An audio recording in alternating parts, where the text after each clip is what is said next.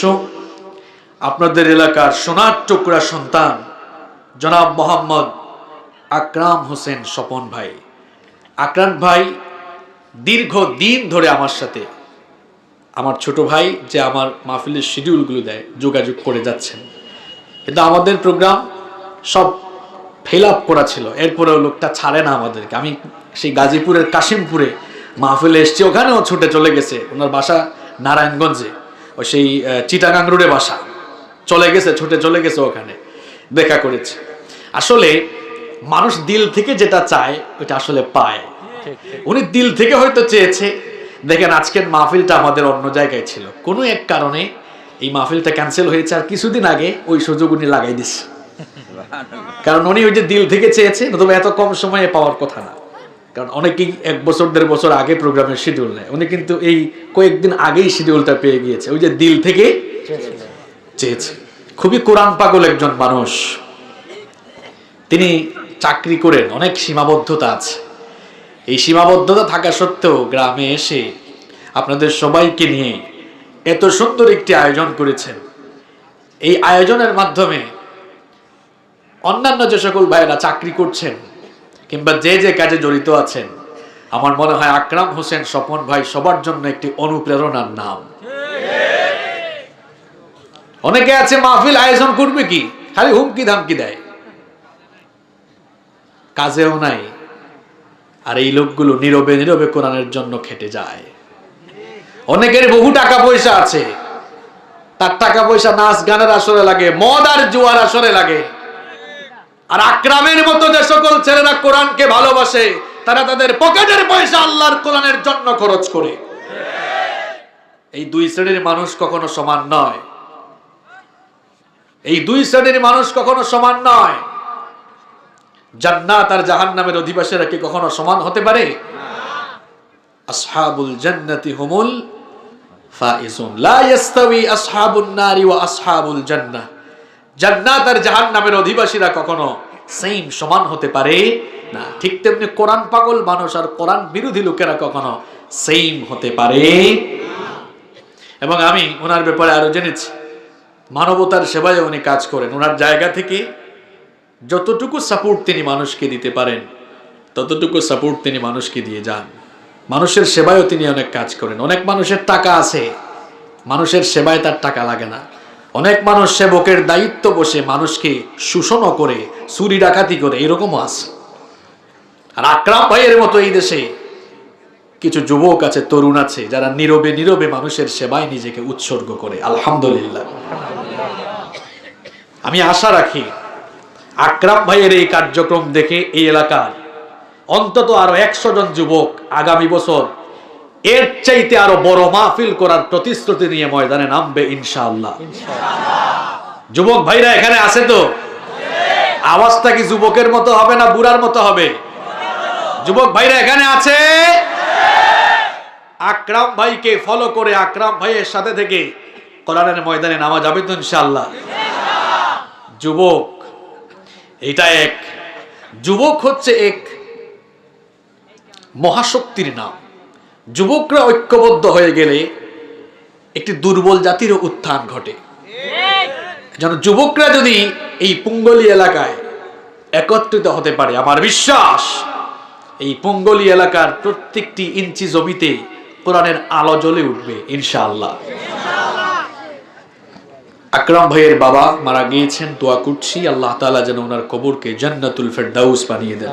সম্মানিত ভাইয়েরা, রাত অনেক হয়ে গিয়েছে, এখন মাহফিল শেষ করার কথা ছিল। আমাদের যে বড় বড় হুজুররা ওয়াজ করতে করতেই 11টা বানায় ফেলছে।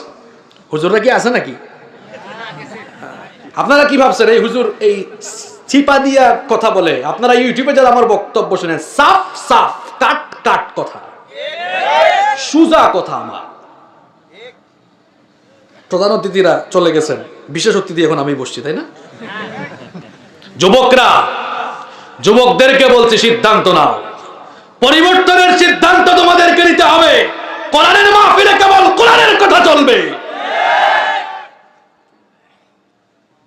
আল্লাহ বুঝার তৌফিক দান করেন। কষ্ট পাচ্ছেন আপনারা? আমি কি খুব খারাপ কথা বলে ফেলেছি? আচ্ছা ভাই দোয়া করে ফেলি, আপনি কিছু বলবেন? না না আপনি কি না দিবেন সেটাও দিলেন না। আচ্ছা 1 মিনিটের ভিতর শেষ হয়ে যাচ্ছে। আমার আকরাম ভাই, আমি শুনেছি আপনাদের এলাকায় নাকি তাঁত শিল্পের জন্য বিখ্যাত, আসলে কি তাই? আমি শুনেছি আপনাদের এলাকায় নাকি আবার ঘিও হয়, টাটকা ঘি, মধু। তো এটা যদি আমি জানতাম, আমি বলেছি আকরাম ভাইকে যতক্ষণ ঘি আর মধু না পাঠাইতেন ততক্ষণ মাহফিলের ডেট দিতাম না আপনাদের, এত টাটকা ঘি, ভালো মধু। ভাই আবার ওয়াদা করছে, ভালো মানুষ, কয় হুজুর আমি তো ব্যস্ত ছিলাম, আপনাকে পাঠাবো। উনি পাঠাবেও ইনশাআল্লাহ। তো ভাই আপনি মনে হয় 1 মিনিট কিছু বলতে চাচ্ছেন না? বলে ফেলেন। কি জানি একটা আছে, বলবেন না? আজকে সবাই ভয় পেয়ে গেছে। তবে ওয়াইজ না থাকলে ভালো হইতো, যারা ওয়াজ করছে। দেখছেন নি কারবার, ওয়াইজ না তো নাই, এরা ওয়াজ শুনতে আসছে না নিজেদের ফায়দা লুটার জন্য আসছে?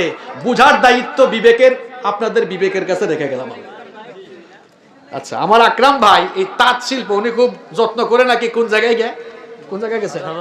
শাহজাদপুর থেকে গিয়া আমার জন্য ওই তাঁতের কি লুঙ্গি আনছে। তো উনি আসলে ওই যে আমি এত বক্তব্য রাখছি তো এই জন্য আর কথা বলতে চাইতেছে না। তো উনি বলছে হুজুর আমি আপনাকে এটা সবার সামনে দিব ইনশাআল্লাহ। তো আমিও অনেক খুশি হয়েছি, হাদিয়া দেওয়াও তো সুন্নত, নেওয়াও। তো আমি এটা আপনাদের সবার সামনে আকরাম ভাইয়ের কাছ থেকে গ্রহণ করলাম। অনেক শুকরিয়া আপনাকে আকরাম ভাই। ঠিক আছে, আমরা দোয়া করে ফেলি তাহলে। হ্যাঁ, আল্লাহুম্মা আমিন।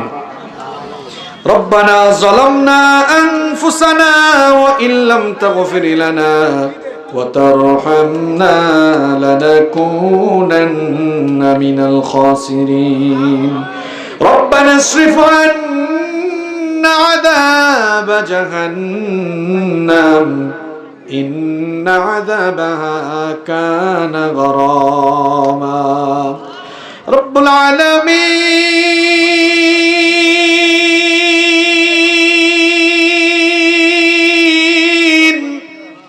গভীর রাত পর্যন্ত আমরা তোমার কোরআন পাগল বান্দারা নীরবে বসে বসে তোমার কোরআন থেকে আলোচনা শুনেছি।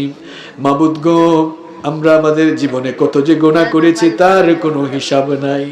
আমাদের গুনার দিকে না তাকিয়ে তোমার গফফার নামের খাতিরে আমাদের জীবনের সমস্ত গুনাহগুলোকে তুমি মাফ করে দাও। আজকের এই মাহফিল বাস্তবায়নের জন্য তোমার যে সকল বান্দা বান্দিরা টাকা দিয়ে, পয়সা দিয়ে, মেধা, শ্রম, বুদ্ধি দিয়ে যারাই যেভাবে সাহায্য সহযোগিতা, কষ্ট আর মেহনত করেছেন, আর আমরা যারা মাহফিলে এসেছি, কাল কিয়ামতের কঠিন দিনে এই মাহফিলকে আমাদের সকলের জন্য নাজাতের ওয়াসিলা বানিয়ে দিও রব্বুল আলামিন। ইয়া আরহামার রাহিমিন মাবুদ, বিশেষ করে আমার আকরাম ভাই, আকরাম হোসেন স্বপন ভাই অনেক কষ্ট করেছেন মাহফিলটা আয়োজনের জন্য।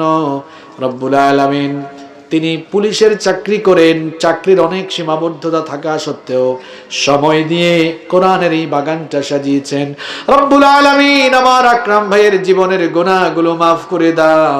তার বাবা দুনিয়া থেকে চলে গিয়েছেন, তার বাবার কবরটাকে তুমি জান্নাতুল ফেরদাউস বানিয়ে দাও। তার মা পৃথিবীতে বেঁচে আছেন, নেক হায়াত বাড়িয়ে দাও, সুস্থতার সঙ্গে ঈমানের সঙ্গে তাকে, সুস্থতা এবং ঈমানের সঙ্গে তাকে জীবন পরিচালনার তৌফিক দাও রব্বুল আলামিন। ওনার ছোট ভাই রয়েছেন, নতুন একটি কোম্পানি করেছেন, তার চাকরির মধ্যে, কোম্পানির মধ্যে তুমি বারাকা দান করে দাও রব্বুল আলামিন। মাহফিল কমিটির সম্মানিত সভাপতি জনাব আব্দুর রহমান সরকার সাহেবকে কবুল করে নাও, তার গুনাহগুলো মাফ করে দাও। আমার আরেকজন প্রিয় সাইদুল ইসলাম ভাই মাহফিলের জন্য অনেক কষ্ট করেছেন, অনেক দূর থেকে ছুটে চলে এসেছেন। আমার সাইদুল ইসলাম ভাইকে আল্লাহ তুমি মাফ করে দাও রব্বুল আলামিন। সকলকে তুমি কোরআনের জন্য, ইসলামের জন্য কবুল করে নাও রব্বুল আলামিন। অসংখ্য মা বোনেরা মাহফিলে এসেছেন, আমার মা বোনদের জীবনের গুনাহগুলো মাফ করে দাও, তাদেরকে 5 ওয়াক্তের নামাজি বানিয়ে দাও, পর্দায় থাকার তৌফিক দাও। আমার নিঃসন্তান মা বোনদেরকে সন্তান নামক নেয়ামত দিয়ে ধন্য করে দাও। বিফাদলি সুবহান রাব্বিকা রাব্বিল ইজ্জাতি আম্মা ইয়াসিফুন ওয়া সালামুন আলাল মুরসালিন ওয়ালহামদুলিল্লাহি রাব্বিল আলামিন। ওয়া জাআল আখিরা কালামিনা ইনদাল মাউতি লা ইলাহা ইল্লাল্লাহ মুহাম্মাদুর রাসূলুল্লাহ। আসসালামু আলাইকুম ওয়া রাহমাতুল্লাহি ওয়া বারাকাতুহু।